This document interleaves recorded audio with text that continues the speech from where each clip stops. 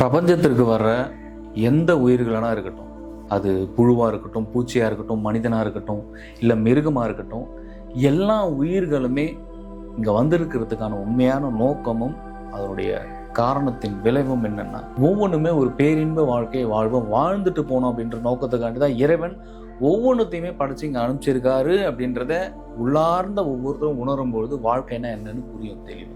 ஏன்னா இப்படி தொடங்கி இப்படி முடிகிறது தான் வாழ்க்கைன்றது. ஒரு நொடி பொழுதுல, ஒரு செகண்ட்ல நீங்கள் நினச்சிட்டு இருக்கலாம் இங்கே பல வருஷமாக இங்கே அப்படியே மனிதன் உட்காந்துட்டு இருக்க போகிறான், மனிதன் அப்படியே பற்றோட இங்கே வாழ போகிறோம் அப்படின்ட்டு. அப்படி கிடையாது.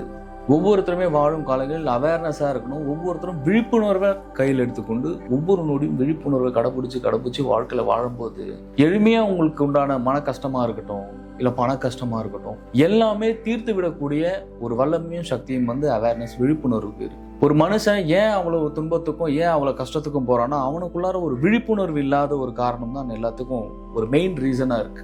கோவிலுக்கு போய் புலம்புறதுனாலேயோ, இல்லை அங்கே போயிட்டு கத்துறதுனாலையோ, கதறதுனாலையோ மட்டும் உங்களுக்கு காசோ பணமோ உங்கள் கஷ்டமோ நஷ்டமோ தீராது. முதல்ல உன்னுடைய வினைகளை பற்றி நீ புரிஞ்சுக்கலன்னா உனக்கு இங்கே எதுவுமே புரியாது. இதை நான் எத்தனை தடவை படித்து சொல்கிறதுன்னு தெரியல, ஆனால் திருப்பி சொல்லிக்கிட்டே இருப்பேன். உங்களுக்கு புரிகிற வரைக்கும் சொல்லிக்கிட்டே இருப்பேன். ஏன்னா அதுதான் இறைவன் கொடுத்துருக்கிற வேலை. இந்த கர்ம வினைகளில் முழுமையாக எல்லா விஷயங்களும் நீங்கள் சிக்கிட்டு உங்களுடைய ஆழ்ந்த ஒரு அமைதிக்குள்ளால போகவே முடியல. ஏன்னா இதுக்கு பின்னாடி உங்களுடைய வினைகள் வேலை செய்யறதுனாலையும் ஆழ்ந்து இந்த மனம் பல விஷயங்களை பற்றி படர்ந்து இருக்கிறதுனால உங்களால் உங்களை அறியாம உங்களை நீங்க புரிஞ்சுக்க முடியாம முழுசா அந்த மாயை கணக்குகளில் சிக்கிருக்கீங்க. ஒரு விஷயம் நல்லா புரிஞ்சுக்கணும், எல்லாமே இங்க உற்பத்தியாகும் அழியும். இதுதான் இறைவனோட பெரும் ஒரு படைப்பு. நான் ஒருத்தரை உயிருக்கு உயிரா நேசிக்கிறேன், ரொம்ப ஆழமா நேசிக்க ஆரம்பிச்சிட்டேன், என்னால் அதுல இருந்து வெளியே வர முடியல. இவங்க என் கூட இருப்பாங்களா, இருக்க மாட்டாங்களா, என்னை விட்டு போயிடுவாங்களோ, ஒருவேளை நம்மளை ஏமாத்திடுவாரோ உங்களுக்கு அப்படின்ற பயம் ஒவ்வொருத்தருக்கும் உங்களுக்கு அதிகமா இருக்கும். இந்த மனசு அதீதமா ஒருத்தரை நேசிச்சுட்டு அதுல சிக்கிட்டு அதுல இருந்து மீண்டு வர முடியாம ஒரு துயரத்துக்கும் ஒரு துன்பத்துக்கும் போவதில்லை. இது ஒவ்வொருத்தருக்கும் உங்களுடைய வாழ்க்கையில நடந்திருக்கும். இந்த மனசு அப்படிதாங்க. உங்களுக்கு அதை கையாள தெரியலன்னா அது ஆட்டோமேட்டிக்கா அது பாட்டுக்கு ஆப்ரேட் ஆகி போயிட்டு இருக்கும். அது எங்கன்னா போய் முட்டி மோதி அடி வாங்கி மிதி வாங்கி நாசனமாயி கடைசியில் அங்கிருந்து மீண்டு வரும். ஆனா அது வரைக்கும் நீங்க அதுல ஆழமா சேத்துல காலை வச்சுக்கிட்டே உள்ள போற அளவுக்கு உங்களுக்கு இங்க நேரம் கிடையாது. இவ்வளவுதான் விஷயம். ஏன்னா இறைவனே அப்படிதான் டிசைன் பண்ணியிருக்காரு மனசை.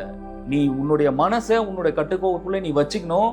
நீ எங்கேயும் போய் ஏமாறக்கூடாது, யாரும் உன்னை ஏமாத்தக்கூடாது. அப்படின்னா ஒரே ஒரு விஷயம் நல்லா புரிஞ்சுக்கணும், உன் லைஃப்ல எல்லாத்துக்குமான சொல்யூஷனும் இதுதான். அவேர்னஸ் ரொம்ப ரொம்ப ரொம்ப ரொம்ப முக்கியம் ஒரு மனுஷனுக்கு. இந்த அவேர்னஸ் ஒரு மனுஷனுக்கு இல்லை அப்படின்னா இங்க நீ எதையுமே பண்ண முடியாது, நீங்க வாழ்றதுக்கே அன்ஃபிட். அவ்வளவுதான். சீரியஸா அதான் உண்மை. நீ அவேர்னஸை விட்டுட்டு முழுசா எதிரில் இருக்கிறவங்க மற்றவங்களை நீ நம்பி நீ அவங்க கடைசி வரைக்கும் உங்க கூட இருப்பாங்க, இவங்க நம்மளை ஏமாத்த மாட்டாங்க அப்படின்ற ஒரு நம்பிக்கையில நீ அது பின்னாடி போனேன்னா சத்தியமா அவங்க ஏமாத்திடுவாங்க. உங்களுக்கு இங்க கேமே புரியலன்னா இங்க ஒண்ணுமே பண்ண முடியாது. அதீதமா ஆழமா நேசிச்சு அன்பு கிடையாது. அன்பு ஒருவரை நேசிக்குமே தவிர அன்பு ஒருவரை காயப்படுத்தாது, அன்பு ஒருவரை ஏமாற்றாது. அதுக்கு எந்த ஒரு எதிர்பார்ப்புமே இருக்காதுன்னா, நீ எதிர்பார்த்து ஒரு விஷயத்த ஒருத்தவங்க கிட்ட, உங்களுடைய ஆப்போசிட்ல இருக்கிற உங்களுடைய காதலரா இருக்கட்டும் இல்ல காதலியா இருக்கட்டும், அவங்க கிட்ட ஒரு விஷயம் நீ எதிர்பார்த்து நீ போனேனால நீ முடிஞ்சேன்னு அர்த்தம். அவ்வளவுதான், நீ சோலி முடிஞ்சது, நீ ஒண்ணு நீயே முடிச்சுக்கிட்ட.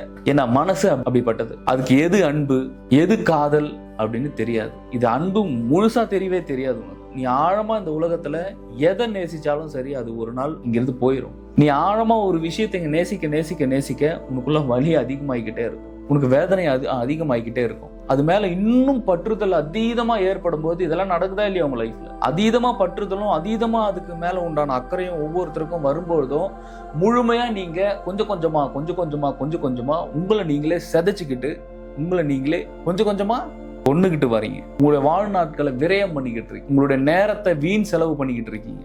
நேசிக்கிறதுன்றது வேற. அப்படியே அதை எதிரில் வச்சு அப்படியே அதை பார்த்து உங்களால் அது கசங்காம, உங்களால் ஆப்போசிட்ல இருக்கிறது ஒரு வலியை அனுபவிக்காம, ஒரு வேதனையை அனுபவிக்காம, அதை அப்படியே எதிரில் வச்சு அதை பார்த்துட்டு அதை அன்போட இறைவனோட பெரும் கருணையோட அதை பார்த்துட்டு அதோடைய வேலை செய்ய விடுறதான் உண்மையான அன்பு, உண்மையான நேசம், உண்மையான காதல். நீ அதீதமா ஒருத்தர் மேல பற்று வச்சுட்டனாலே ஆப்போசிட்ல இருக்கணும் ரொம்ப ஒரு பெயின், ஒரு கொடுமையை நீ கொடுப்ப பாரு. ஏன்டா இந்த உறவுல இருக்கும் அப்படின்ற அளவுக்கு உனக்கே ஆயிரும். என்னடா இது நம்ம காதல்னு நினைச்சு வந்தோம், ஏன் காதல் இவ்வளவு வலிக்குது, ஏன் லவ் பண்ணா இவ்வளவு பிரச்சனைகள் ஏற்படுது, ஏன் இவ்வளவு கஷ்டமா இருக்கு அப்படின்னா சத்தியமா அது காதலே கிடையாது, அது பற்று. உன்னுடைய காதலி உன்கிட்ட பேசினா உனக்கு ஒரு எரிச்சல் அடையுதுன்னா, இல்ல உன்னுடைய கணவர் உன்கிட்ட பேசும்போது உனக்கு ஒரு எரிச்சல் வருதுன்னா, உனக்கான ஃப்ரீடம் அந்த இடத்துல இல்லைன்னா அது உனக்கானது கிடையவே கிடையாது. நீ எங்க ஒரு இடத்துல மாட்டிக்கிட்டு உனக்கான சுதந்திரமோ உனக்கான ஒரு விடுதலையும் இல்லையோ அது உனக்கான இடமே கிடையாது. அங்க நீ பறக்கவே முடியாது. கடைசி வரைக்கும் நீ அங்க கட்டி போட்டு வச்சிருக்க, அவ்வளவுதான். நீ அங்க கட்டி போட்டுக்கிட்டு உன்னை நீயே ஏமாத்துறது இல்லாம எதிரில் இருக்கிறவங்க ஏமாத்தி அவங்கள நீ சாகடிக்க போறதுதான் நிஜம். இதான் மாயை வாழ்க்கை. விட்டுடு. உனக்கு ஒரு பிரச்சனை, உனக்கு ஒரு இடத்துல நிம்மதி இல்லையா, உனக்கு ஒரு இடத்துல ஒரு ஆழ்ந்த அமைதி இல்லையா, எப்பயுமே அங்க பேசும்போது உனக்குள்ள ஒரு பயம் ஏற்படுதா, பயம் உனக்கு ஏற்பட, தயவு செஞ்சு விட்டுரு. அதுல அதிகமா டிராவல் பண்ணாத. அது அப்படியே விட்டு மெல்லமா வெளியே வரப்ப. அப்படி இல்லையே நீ சொல்றத எதிரில் இருக்கிற அந்த பேர் உங்களோட காதலனோ காதலியோ புரிஞ்சுக்கிறாங்களா, அதுல நல்லா ஊடுரும். உங்களுக்குள்ள ஒரு அண்டர்ஸ்டாண்டிங் இருக்கா, எஸ், ஓகே. இல்லை எப்போ பேசினாலும் சண்டை தான், எப்பவுமே இதுக்கு ஒரு தீர்வே கிடையாது அப்படின்னும் போது உன்னுடைய மனம் அதுலேருந்து வெளியே வரணும்னு நினைக்கிறதுனா ஆப்ஷனே வைக்காது. அந்த இடத்துல இருந்து வெளியே வந்துரு. இல்லைன்னா அதீதமாக உன்னோட லைஃப் அந்த லூப்பில் அந்த கர்மால போய் மாட்டிக்கிட்டு ரொம்ப துன்பம் மேலே துன்பத்தை ஒவ்வொருத்தரும் அனுபவிச்சு உன் வாழ்க்கையை நீயே தான் முடிச்சுக்குவ. வாழ்க்கைன்றது ரசிச்சு வாழணும், ருசிச்சு வாழணும், வாழ்க்கையை இன்பமாக வாழணும். ஒரு ஆணும் பெண்ணும் பேசிக்கிறீங்கன்னா அந்த இடத்துல ஒரு இன்பம் இருக்கு. ஒரு ஆணும் பெண்ணும் வெளியே போறீங்கன்னா அந்த இடத்துல ஒரு இன்பம் இருக்கு. தொல்லை இருக்கக்கூடாது, கஷ்டம் இருக்கக்கூடாது. நீ ஒன்று சொல்ல, நீ சொல்றத நான் ஏன் கேட்கணும் அப்படின்ட்டு ஆப்போசிட்ல இருக்க அந்த பொண்ணு நினைக்க, நீ சொல்றத நான் ஏன் கேட்கணும்னு நீ நினைக்க, இப்படி மாத்தி மாத்தி ஆணும் பெண்ணும் பெண்ணும் ஆணும் வந்து உங்களுக்குள்ளார இருக்கிற ஈகோவை நீங்க வெளிப்படுத்தும் போது அந்த இடத்துல சத்தியமா சொல்றேன் ஒரு மகிழ்ச்சி இருக்கவே இருக்காது. 1-2 பேர்ல யாருன்னா ஒருத்தர் விட்டு கொடுத்து போகணும். அப்படி 2 பேர்ல யாருன்னா ஒருத்தர் விட்டு கொடுத்து போறோம்னா அங்க வாழ்க்கை நல்லா இருக்காது. விட்டு கொடுக்குற குணம்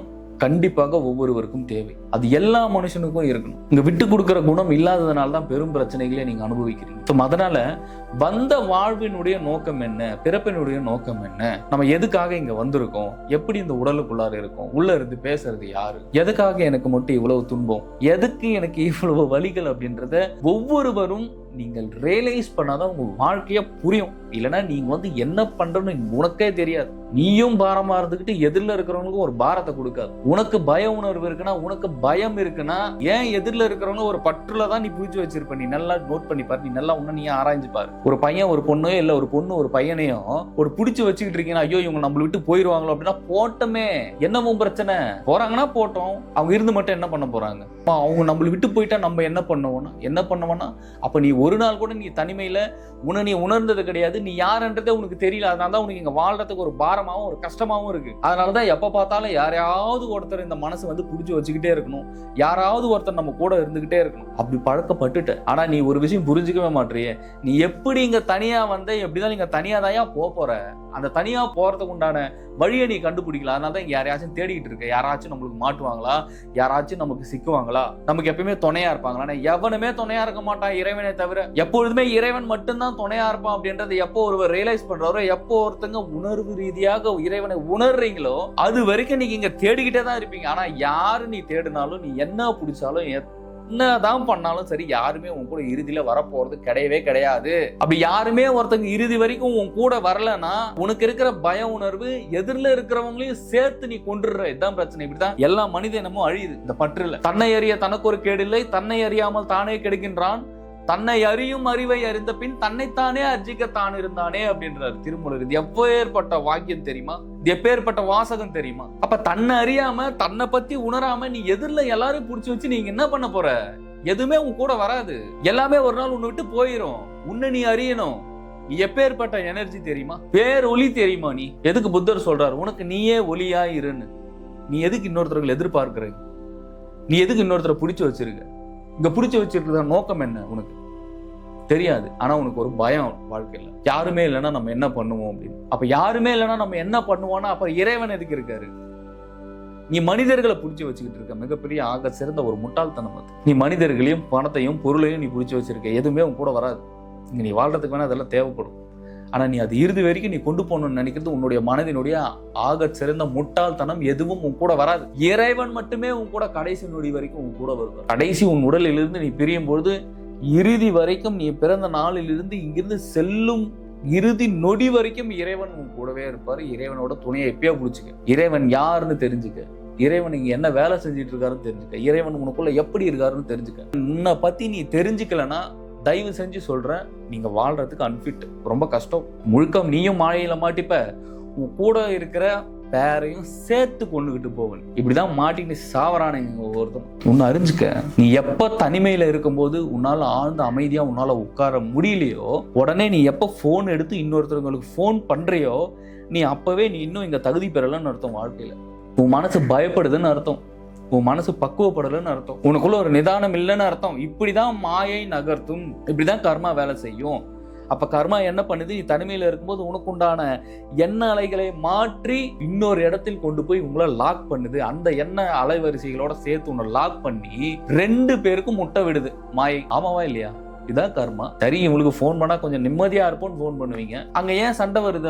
அப்ப 2 பேரோட வினைகள் அங்க வேலை செய்யுது. ஒண்ணு, நீங்க வினை இல்லாம இருப்பீங்க, ஆனா அந்த 2% யாராச்சுக்கும் ஒருத்தர் கர்மா இருந்துச்சுன்னா அந்த கர்மா ஆக்டிவேட் ஆகும். 2 பேரும் மாத்தி அடிச்சுப்பீங்க, சண்டை போட்டுப்பீங்க. இது நீங்க என்னதான் சொன்னாலும் அவங்களுக்கு புரியாது. சரி, ஓகே, நான் விட்டுறேன், நான் போனை வச்சிடறேன், நான் கொஞ்சம் ஃப்ரீயா போறேன்னாலும் அவங்க ஏத்துக்க மாட்டாங்க. ஏன்னா கர்ம வினை அந்த மாதிரி வேலை செய்யும். ஸோ அதை புரிஞ்சுக்கணும்னா ஒரு உயர்ந்த பக்கமும் ஒரு உயர்ந்த மெச்சூரிட்டியும் ஒவ்வொருத்தருக்கும் வரும். அந்த மெச்சூரிட்டி எப்படி வரும், அந்த பக்கம் எப்படி வரும்? சும்மா சாதாரணமெல்லாம் வந்துடும். தன் மனதை பக்குவப்படுத்த ஒவ்வொருவருமே பிரம்மயோகம் போன்ற ஒரு உயர் ரக பயிற்சிகளை நீங்க பண்ண உங்களுக்கு உண்டான ஒரு ஞான சிந்தனை இறைவன் கொடுப்பார். ஞானத்தில் ஒவ்வொருவரும் பயணப்படும் போதும், ஞானத்தை பருகும் பொழுது ஒவ்வொருவருடைய வாழ்க்கையும் இறைவன் மாற்றி விடுவார். இதுதான் ரகசியமே. இதுதான் எல்லா சித்தர்களும், மகான்களும், ஞானிகளும், யோகியர்களும் எல்லாருமே அறிஞ்ச ஒரு விஷயம், ஒரு மெய்யினிலே ஒரு மெய்யான உண்மை. இதுதான்.